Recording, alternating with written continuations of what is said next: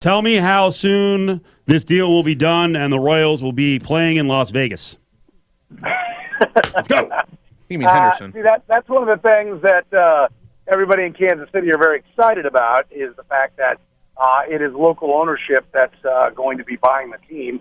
Assuming that the deal goes through, I think there's still a number of hurdles that have to be crossed for this deal to come to fruition. But John Sherman is a minority owner in the Cleveland Indians, but he's a Kansas City resident. And one thing I can tell you from being through a couple of different ownership changes in this business, that you got to be in the club, right? And I think in 2016, when he bought into the Indians, that was basically him announcing his candidacy as a future Major League Baseball owner, and the fact that he's a Kansas City resident made him a natural. Bob Nightingale tweeting out today, I had heard from a number of people around Mr. Glass that he looked, quote-unquote, frail. Now, guy's 84 years old, so he's obviously not going to look like Mr. Olympia, right? But that he looked frail. Bob Nightingale is reporting today that the sale was expedited by the fact that he does have health problems, so that's part of the equation as well in his interest in selling the team. But he took the team from Ewing Kauffman, who founded it here in Kansas City, had a committee that David Glass ran for 7 years. Well, they looked for an owner to keep the team in Kansas City. That's always what the vision was of the founder. It's what David Glass wanted to do, even though his permanent residence is in Bentonville, Arkansas. And I think Kansas City's really excited that it's a guy that's going to buy it that does have his hometown. His home is in KC. What's the David Glass legacy? I actually saw someone on Twitter who's a Royals fan asking if he should have a statue. So this is what I tell you. Years of losing. He was not a popular guy to begin with. He took over the committee. He's not a very vibrant guy. He doesn't, as many uber wealthy are, not real, photogenic and not a charismatic guy. And so he didn't win people over, and he was the front of the committee that was running the team and cut costs. Mr. K, Ewing Kauffman, at the time was one of the 100 or 200 richest people in the world, and he would run the Royals at a loss every year because he was older and was trying to win a championship, and he'd buy free agents. The committee immediately didn't do that. They shed payroll, and so the committee idea was one that came with a lot of negative energy from people, and David Glass, being the front guy, was not popular. They looked for owners, and one of the reasons they did was because of how unpopular David Glass was. They paraded around a guy named Miles Prentice, who ultimately Major League Baseball said, listen, we are not now, nor will we ever approve this guy for a Major League Baseball team. And at that point, the city started to realize we might actually lose this team. That was the time of contraction as well. They suddenly embraced the idea of David Glass buying the team because they thought he would keep him here, which he did. So I think Kansas City will always be grateful that he kept them here, but he didn't seem more interested in changing the economics of the game than winning. There were years of losing, including 4 100-loss seasons in 5 years. That's almost unprecedented in the history of baseball, before finally turning it around in 2013 with his first winning season. So I say this, look, it was rough early for a long time. It's been rough of late, and that's the kind of the bitter taste fans have in their mouth and the scars they had early on.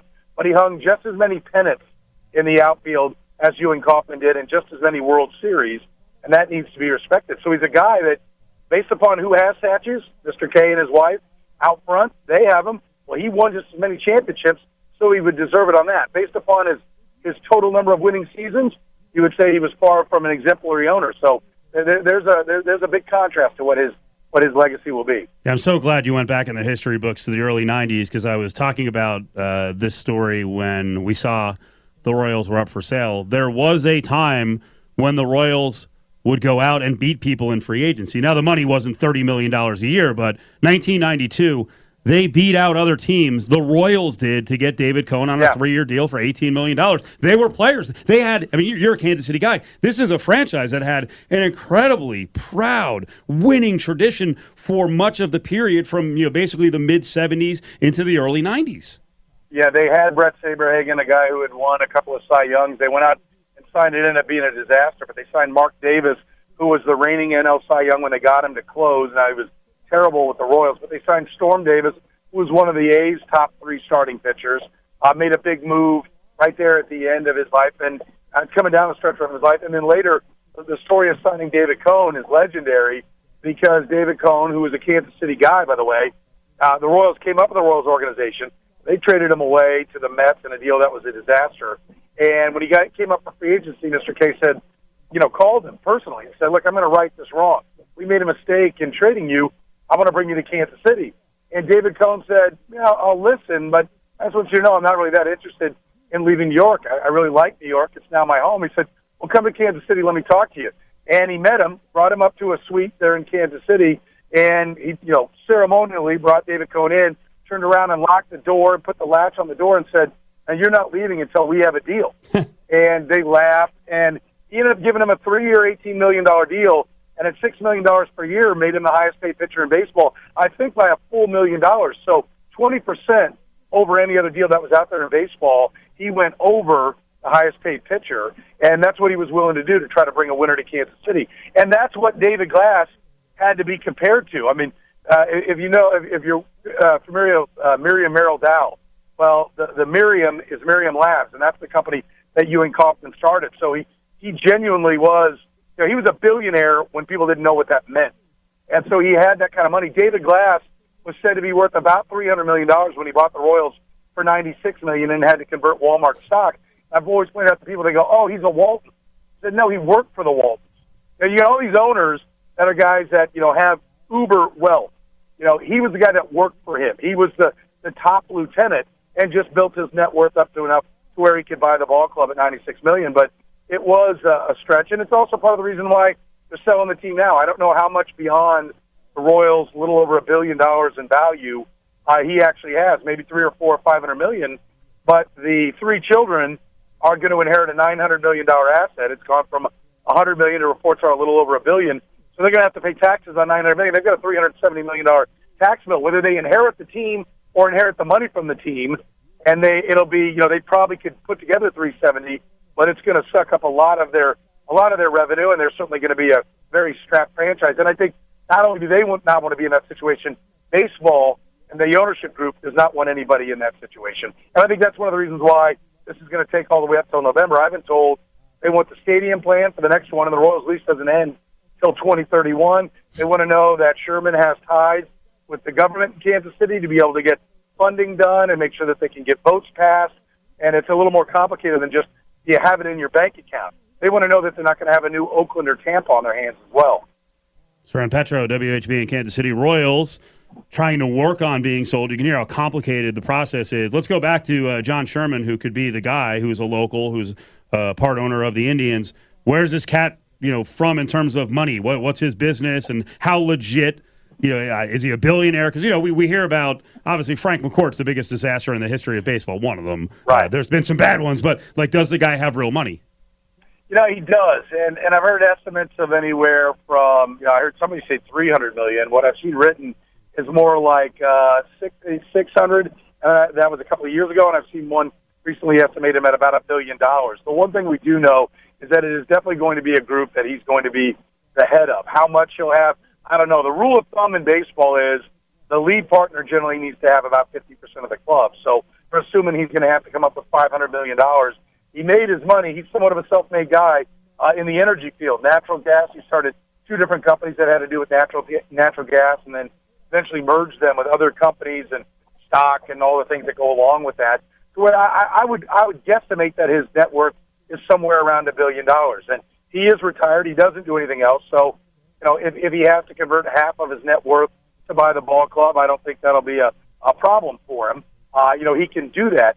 And then we've heard a number of other names, none that have been confirmed the way his has, that will be part of his committee. I do know, in having talked to Cliff Illig, who is one of the co-founders of Cerner, which is a medical records company, he's now worth over $2 billion. He owns the Sporting Kansas City soccer team. I asked him if he'd want to buy the team. That's the guy the town has always thought would buy the club, and he said, no, I've got too much stuff going on, because he's very, very much a part of USA soccer and a lot of the things that are going on with the World Cup in this country. And he said, I'm a little busy for it. He said, I wouldn't buy it outright, but I'd be happy to amplify a bid and make sure, if we've got a strong owner in Kansas City, that Kansas City keeps the team. And there are a number of people around Kansas City that are hedge fund guys that have the kind of money where it's expected that it won't be that difficult to put the group together, and that perhaps the list has already been decided upon. It's just a matter now of transferring money and doing everything it takes. Because I can tell you this, from talking to people who are fundraisers, you hear these guys donate $20 million to their college, and they love that. It's always a big announcement. Generally speaking, it's $2 million a year for 10 years. And when they go to get the $2 million, it's like pulling teeth. Well, the market was down today. call me tomorrow. Let's see if the market's up. So, it's one thing to pledge it. It's another thing to actually, sell whatever you got to sell, convert it, and write the check. Could you see, and you kind of hinted at this with the, hey, let's get a new stadium. Could you see Major League Baseball start playing games, try to seek out outside ownership to at least give the threat the perception that, hey, people outside of Kansas City want this team. They're willing to pay top dollar. You better get a stadium plan in place, or an outside buyer is purchasing and leaving the market. So I can tell you that I don't believe these things get done. I think what we see as like the beginnings of a business deal, and again, I don't think this one is completely done, so it's going to sound somewhat like I'm contradicting myself, but these deals don't get done. We don't hear about them until they're a ways down the road. I think the reason I started hearing rumblings back in spring training, got a little louder in July, and then 2 weeks ago, we started hearing that Sherman was the guy, and we went with it on Monday to start the show at 2 o'clock that the Royals were for sale and that Sherman was probably the lead guy. But the people to go around him, I think, and it was stressed to me where I was hearing this, that, listen, the stadium is a big part of it. That's a big part of this. That the plan has to be in place for it. So I think you could, if there's a snag and it doesn't come together by, let's say December, since Bob Nightingale was reporting November today. Let's say December, or certainly by spring training, then there's clearly a problem. If the sale hasn't happened, there's a problem, and I think then you start to look around. But I think what they're trying to do, and about a year and a half ago, 5 sites for a potential downtown baseball stadium were floated in the Kansas City Star article. And I said at the time, I think that's what this is. They're being floated to find out what the people like and what they think they could get past, because I think that's the process of how it works. And so they put that out there. People were kicking around the different ones. It was exciting, people talking about it. And I think that's where they are right now, getting the land, making sure that they've got the land for it, and getting everybody government-wise lined up. There's a new mayor in Kansas City, Missouri. Right now, both teams' stadium facilities are funded by Kansas City, Missouri only, and there's a lot of the population that's on the Kansas side and a lot of the money that's on the Kansas side. But Kansas City, Missouri, Jackson County, and then the state of Missouri. So I know that they want to make sure that those people are in line and ready to support a move forward. And once they have those assurances, I think if we hear that the team has been officially sold, you can feel confident that the plan is ready to go. Now, it's still up to the voters to vote, but I think that they will feel comfortable that it's a proposition that will pass. There were a lot of people that voted no on the renovations because they wanted downtown baseball. The Royals at the time, we used to joke about, are the only team that has a town that wants to buy them a downtown stadium, and yet they're not taking it. Right. So it'll be interesting. Now, the other hurdle is that the Chiefs and Royals are currently tied together in their lease, and it's a dollar-for-dollar match. Any money that one gets, the other one has to get. And if the Royals are going to go downtown, that's severing something that has been together really since the inception of both teams when they moved into the Truman Sports Complex back in 1973. So, the Chiefs are in this mix as well and could potentially present a hurdle. But, if they end up getting that entire spot to build a new stadium with their next go-round, I think that would go a long way towards them being happy. And I can tell you that Kansas City, Kansas has grown. That's where the soccer stadium is. It's where the Kansas Speedway is. They're a much bigger player now, and if there's a problem for either one of the teams in Missouri, I think KCK would be the likely spot that would step up and one of the teams would move there. You were in Vegas just 4 days ago, fantasy football draft. I was in the league. Be honest, who was the biggest pain in the ass throughout the draft? Well, you despite being a raging ass on the radio, become just kind of a mute, but then an annoying mute, right? Like when you do speak, there's not one positive word said. So anything that comes out of your mouth is negative, and it's a shot at somebody, or it's a constant attempt to try to ruin Adam Hill's snitches and make sure the entire table knows who Adam really wants to bid on. And so you try to infuriate him, you try to infuriate people at the table. So I would certainly nominate you, Renee Brunetti, who has won the league 3 times. You've won it 0, has won it 3 times, is one of the guys that is just completely out to lunch. But you have to respect his unorthodox nature because he's actually won from time to time. But if I had to pick one person, it's clearly you, Steve. Oh, come on. By the way, out of the draft, Adam Hill is proposing a rule that we're not allowed to sabotage other picks. We're not allowed to bring up players. We're not allowed to play highlights of players that are available. That's part of the game. That's part of the game. It's the mental side of the game. You don't think that there are mental games being played in every sporting event out there. If Adam Hill can't run with the big boys, he can go piss with the pups. Yeah. Yeah.